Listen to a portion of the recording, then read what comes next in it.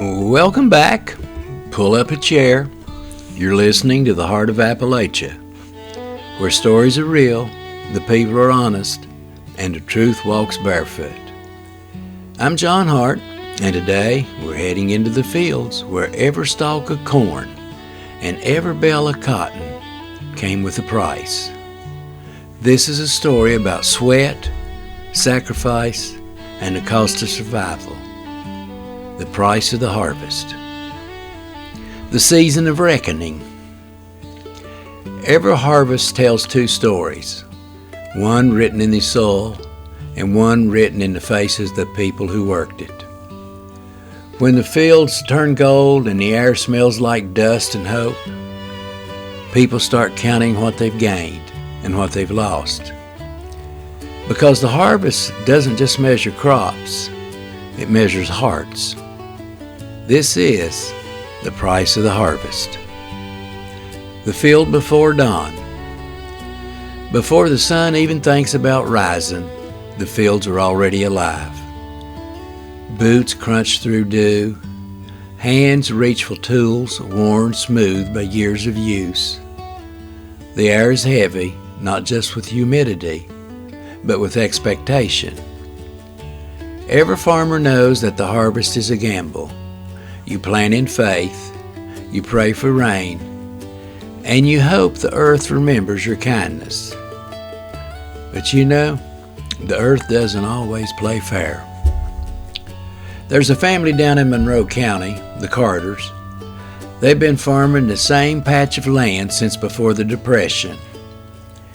Every year they say the same thing. Maybe this shall be the year we get ahead. But the price of seed goes up, the price of fuel goes up, and the price of hope, well, that's the hardest to pay. When the harvest finally comes, they load the trucks, drive to town, and watch the scales tip just enough to break their hearts. Still, they keep planting, because giving up would cost more than staying. The song of the harvest. In the South, harvest season has its own music. The hum of tractors, the slap of grain against a truck bed, the laughter of kids chasing each other through the rows, and somewhere, faint but steady, the sound of a hymn drifting from a porch radio. It's a song of gratitude and grief, a melody that says, we made it through another year. Even when the yield is thin, the song never stops, because the harvest isn't just about what you reap, it's about what you remember. The storm that took it all. One year, the rain came too hard. It started as a blessing, soft, steady, and merciful. Then it turned mean. The river rose, the fields flooded, and the Carter family watched their year wash away in a single night. When the water finally receded, the land looked like a battlefield. Stalks broken, soil stripped, dreams drowned. But the next morning, they went out anyway. They picked what was left, because even loss deserves to be honored. That's the price of the harvest. You give everything, even when there's nothing left to take. The old man and the earth. There's an old man named Amos who farms alone now.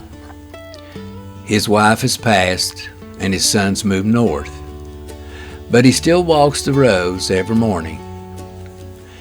He says the land talks to him, not in words, in silence.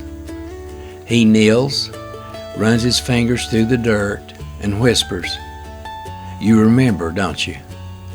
And maybe it does, because every year, no matter how hard the winter, something grows. The harvest is never free. It costs sweat, time, faith, and sometimes the very people who made it possible. But it also gives back in lessons, in memories, in the quiet pride of knowing you endured. Thank you for joining me this evening.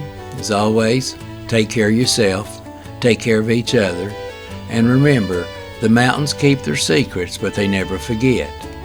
If you enjoy these podcasts, please share, like, and subscribe. For information on and the sales of my books, go to johnhartauthor.com. God bless you, and I'll see you on the next ridge.